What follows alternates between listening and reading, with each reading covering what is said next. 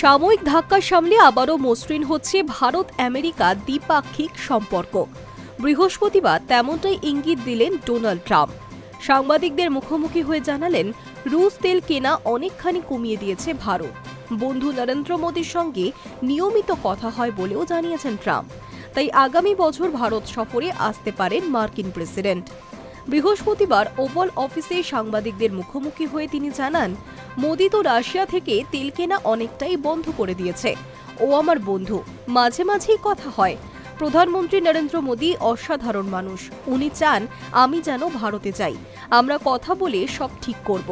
তখনই এক সাংবাদিক প্রশ্ন করেন, তাহলে কি আগামী বছর ভারত সফরে দেখা যাবে ডোনাল্ড ট্রাম্পকে?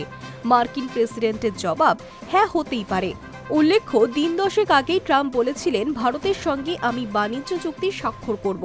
প্রধানমন্ত্রী নরেন্দ্র মোদীর প্রতি আমার শ্রদ্ধা এবং ভালোবাসা রয়েছে। আমাদের দুজনের সম্পর্ক দারুণ। মোদীর নেতৃত্বে ভারত ক্রমশ এগিয়ে যাচ্ছে।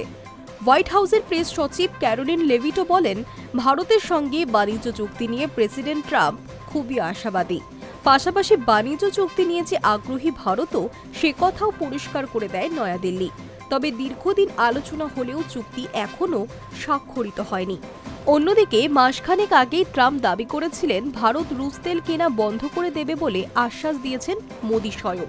মার্কিন প্রেসিডেন্টের এই দাবি সাফ উড়িয়ে দিয়েছে ভারত। তবে রয়টার্সের রিপোর্টে বলা হয়, ভারতের সবচেয়ে বড় রুশ তেল ক্রেতা রিলায়েন্স নাকি অনেকখানি কমিয়ে দিয়েছে রুশ তেল কেনার পরিমাণ। সেরকম হলে রুশ তেল কেনা পুরোপুরি বন্ধও করে দিতে পারে তারা। সরকার নিয়ন্ত্রিত শোধনাগারগুলিও একই পথে হাঁটতে পারে বলে রয়টার্সের দাবি। এবার সে কথা শোনা গেল ট্রাম্পের মুখে। Hi News network.